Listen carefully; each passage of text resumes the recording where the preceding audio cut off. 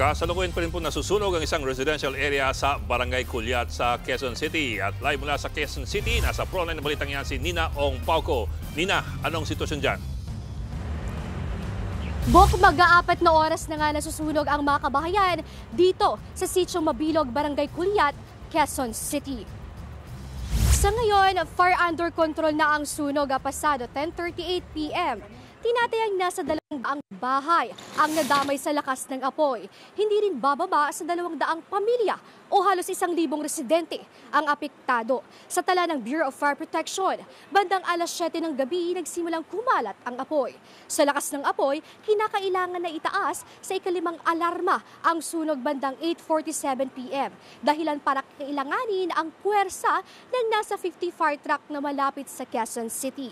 Mabilis na kumalat ang apoy sa magkakatabing bahay. Ang ilang residente, hindi na magkanda-ugaga sa mga kagamitan na isalba. Hindi naman daw nahirapan ang mga bumbero sa supply ng tubig.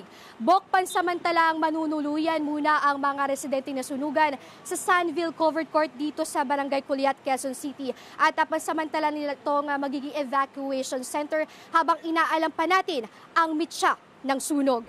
Bok? Maraming salamat, Nina Ong Pauco.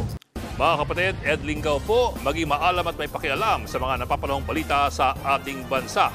Para sa mas malilimang pagtalakay at paghimay sa mga issue at headlines, mag-follow at mag-subscribe sa social media pages ng News 5.